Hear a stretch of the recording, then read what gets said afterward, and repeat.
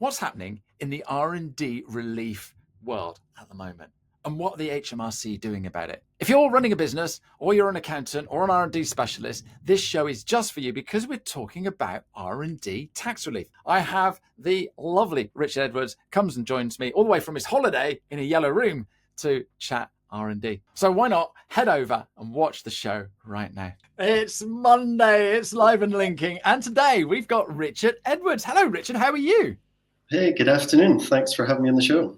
No, absolute pleasure. I'm so impressed you redecorated the living room and painted it yellow to match with the show today. Thank you so much. That's the most effort that anyone's ever put in to be on the show. So thank you.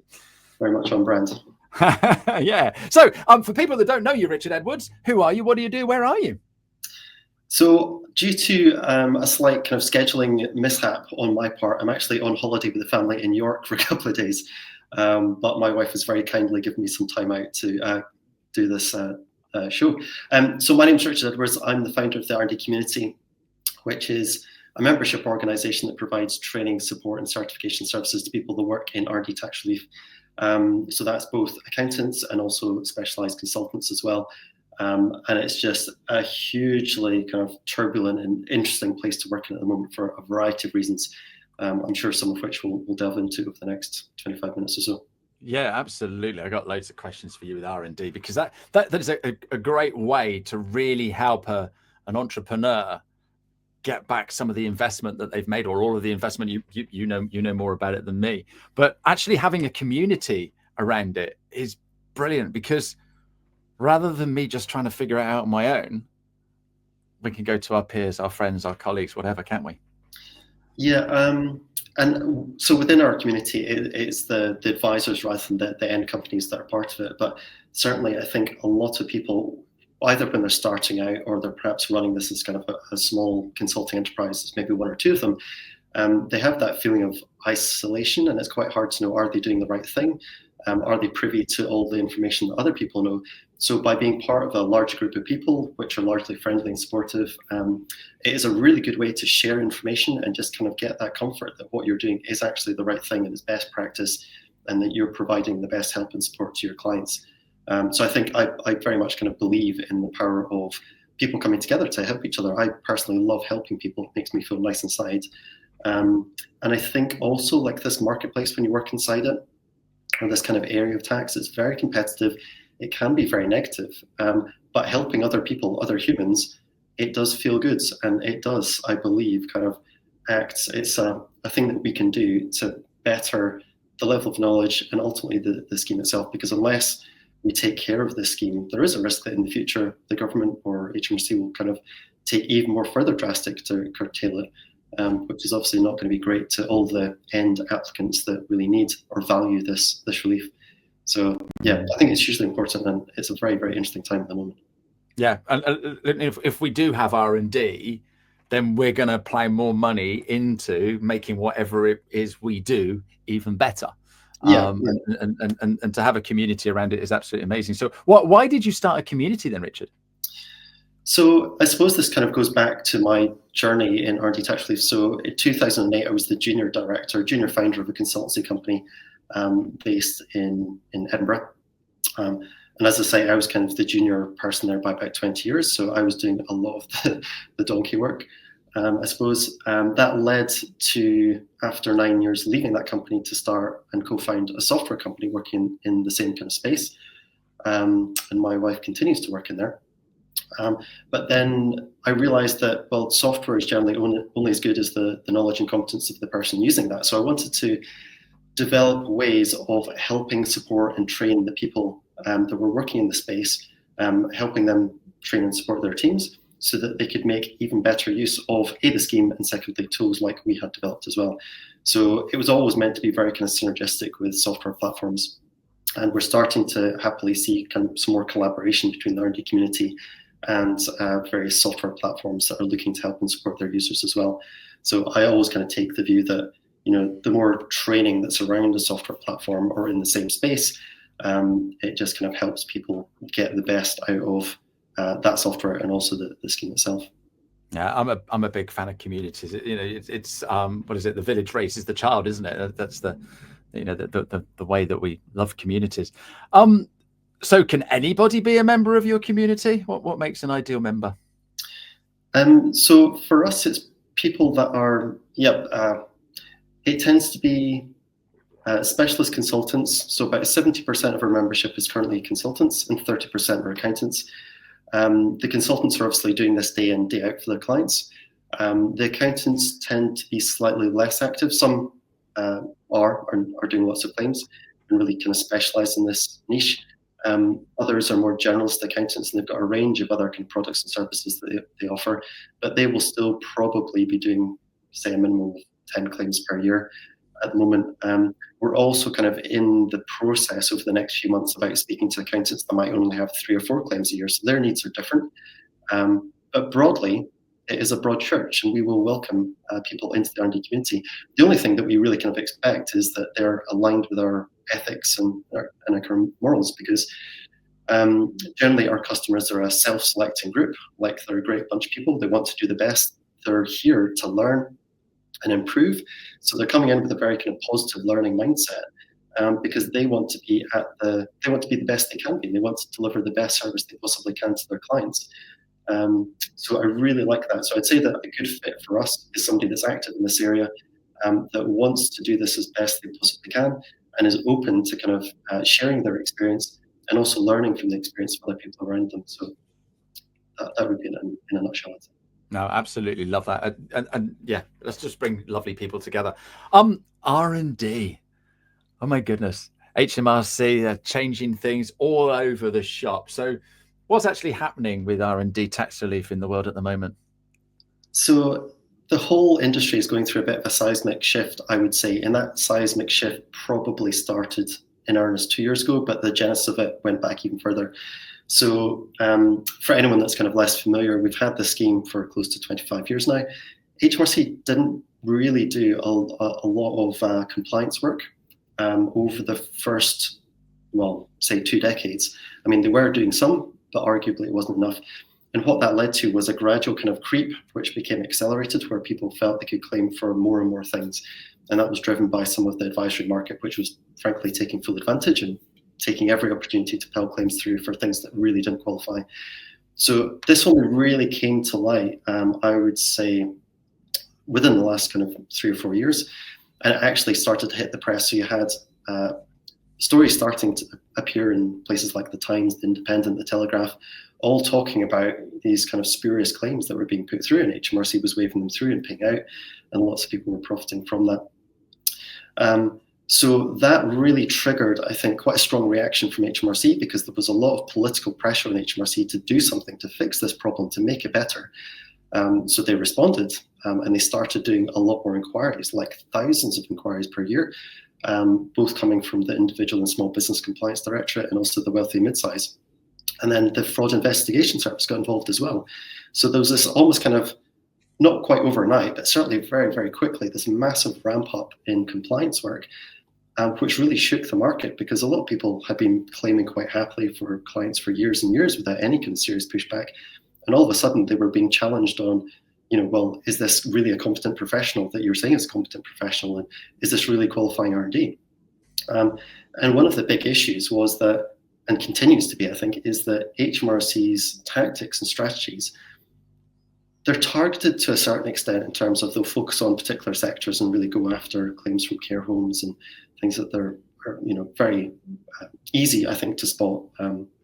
But the tactics that they're using are also being applied to much stronger sectors as well. And lots of companies have been caught up in this, and lots of advisors have been caught up in this as well, even when their claims have been really quite strong.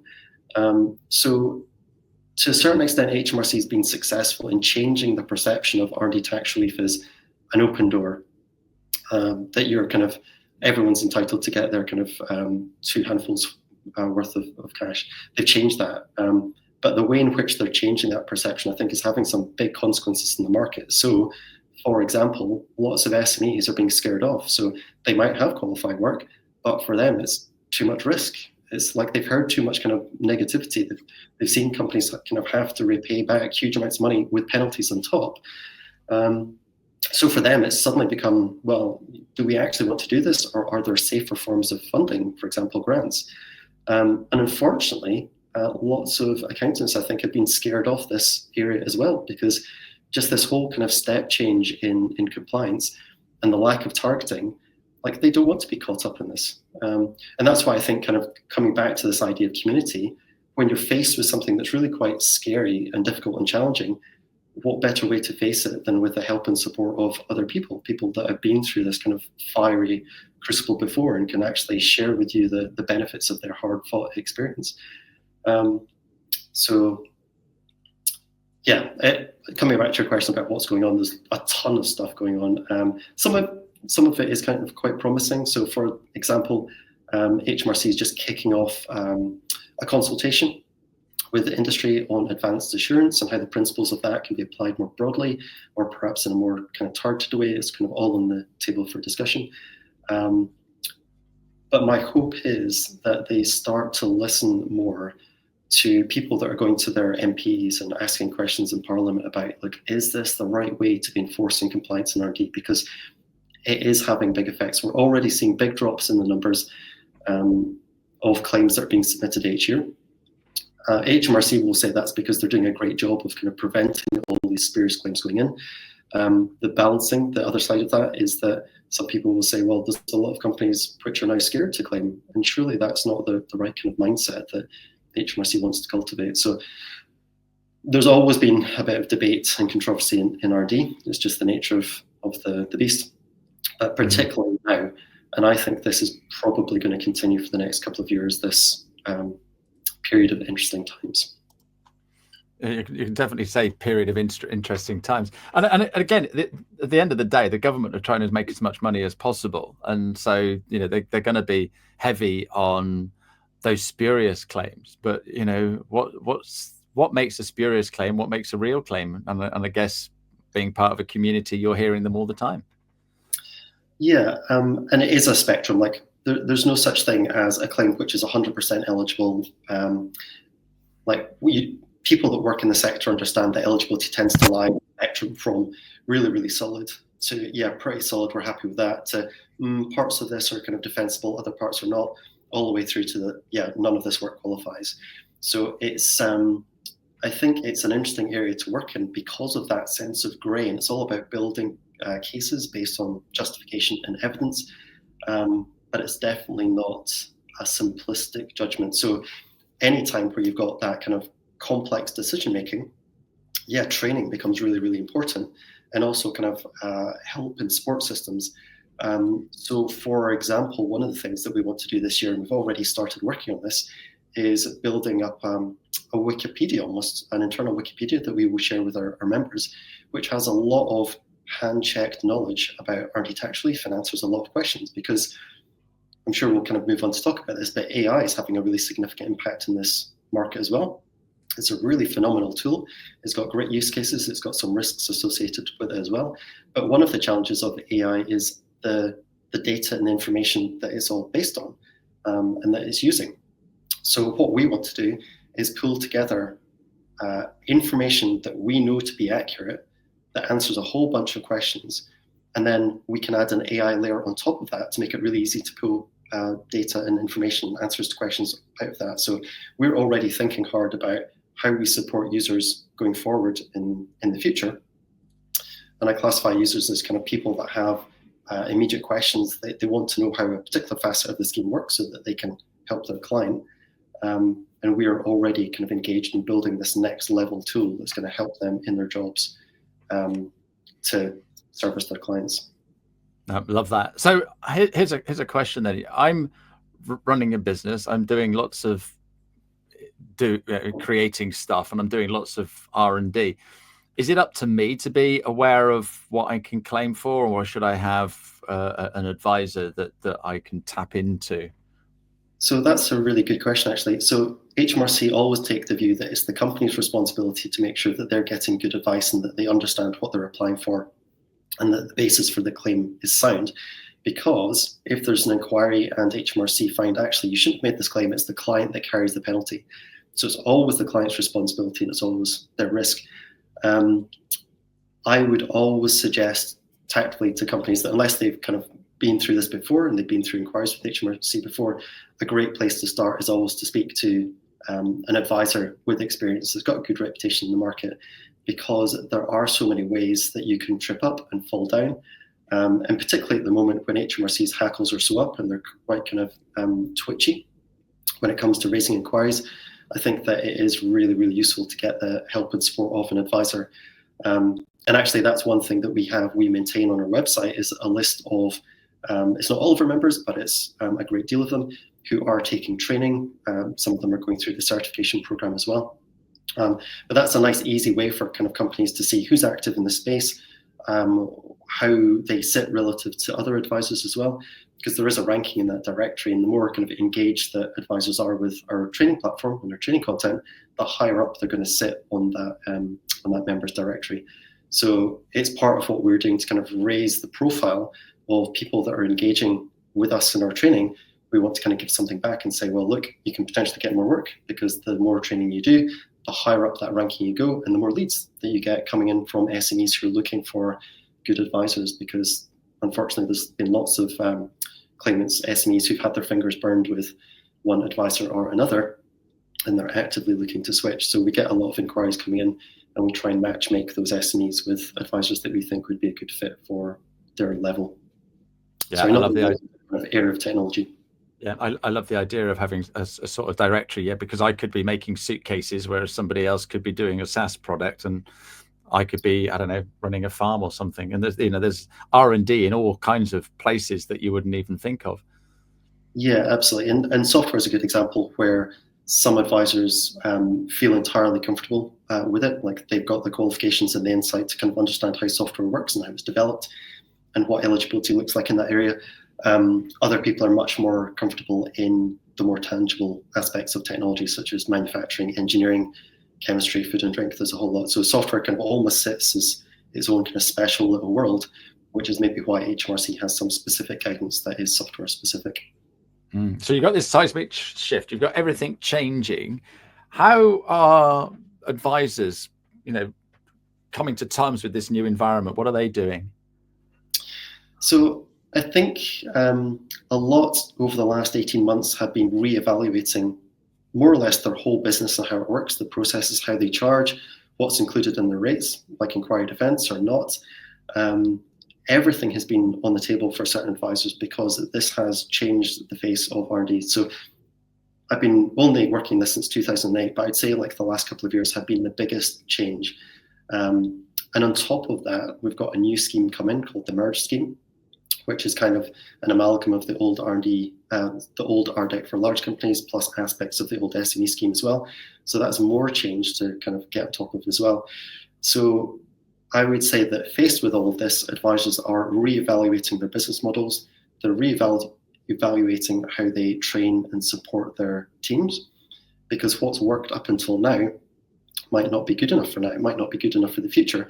And then the third thing is they're looking hard at AI and thinking, these tool sets are starting to hit the market. Our competitors are already using them.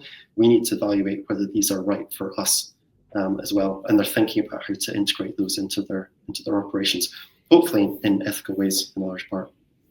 Yeah. So let's dig into AI a little bit, because there's a lot of people out there sort of like won't touch AI with a barge pole, and they fear for their jobs and goodness knows what else. What are you seeing?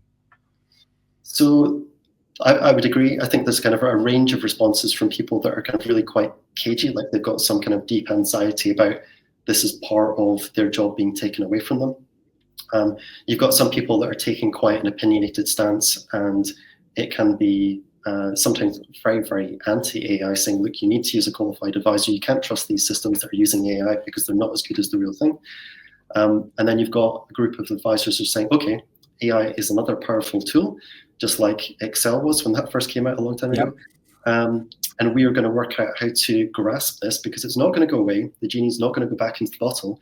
We need to figure out how to make optimum use of this in a way that actually maintains the quality of our service, if not improving it. So AI can do some things much better than humans can. So for example, if you've got to summarize 100,000 words of content in multiple documents, then AI can do that in a blink or two of an eye, whereas it would take hours and hours or days of work for a human to do. So there are some really kind of powerful capabilities that AI has. And my personal feeling is that, like anything else, it's a tool to be used ethically and responsibly, but there are some huge upsides of doing this. And like the area that we work in, R&D Tax Relief, it's not an outlier. AI is coming into all aspects of professional services, and it's happening quickly as well. Like things are going to look quite different in a year's time, 2 years' time, let alone 5 or 10. This is a fast-moving thing.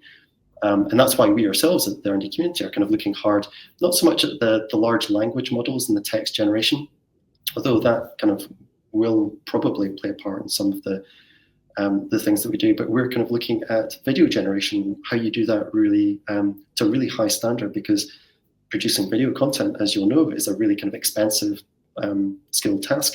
So if we can accelerate our progress by using AI, then what that means for us is that we spend less time reading off teleprompters and staring at a camera, and we can spend more time thinking about the content of these courses and actually how we're going to impart and convey this information in a really clear, accurate way, which is only going to be good for our members.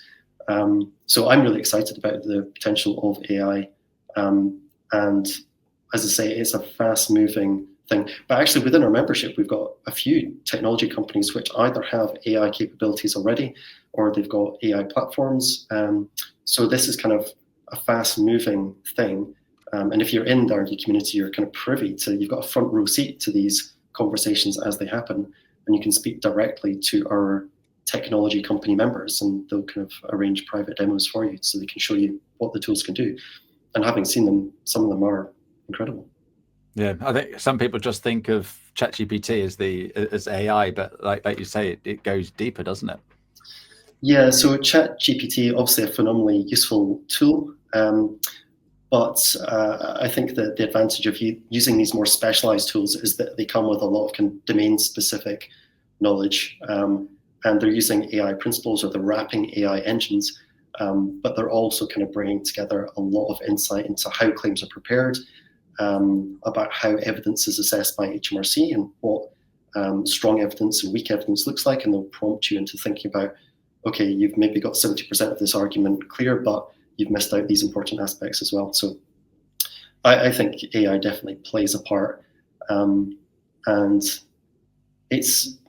I can see why some people are cautious about it, because it is a powerful tool, and in the wrong hands it could do bad things, and arguably already is in some aspects. But HMRC is going to be wise to that, and I'd be surprised if HMRC wasn't producing its own AI solutions in parallel with the private sector, because what they'll be trying to do is to identify to what extent claims are completely fictional, in terms of they've been generated to look very, very authentic and technical, but actually there's nothing underneath them. And that's the kind of the flip side of it, is that's unethical use of AI. And if I was in HMRC's position, I'd be wanting to kind of figure out technological ways of identifying that. So I think to a certain extent there is going to be this kind of evolutionary race between AI in the private and the public sector. But that is only going to drive the kind of capabilities of these tools and platforms, like any other kind of element of competition in business. So yeah, another fascinating area within R&D Tax Relief. And those people that are developing this new AI stuff will be able to speak to you and get some relief on their R&D that they're doing on the tools that they're building. Hey, potentially yes, if the kind of strict set of criteria are met, which is probably outside the scope of this webinar. But yeah, that technology is moving quickly for sure. Awesome. So I'm sort of like, I need to speak to somebody to help me with my R&D. How do I know that they're bona fide or experienced or anything like that? Is there any certifications or anything that people can take or do, or prove that they're on the ball or something?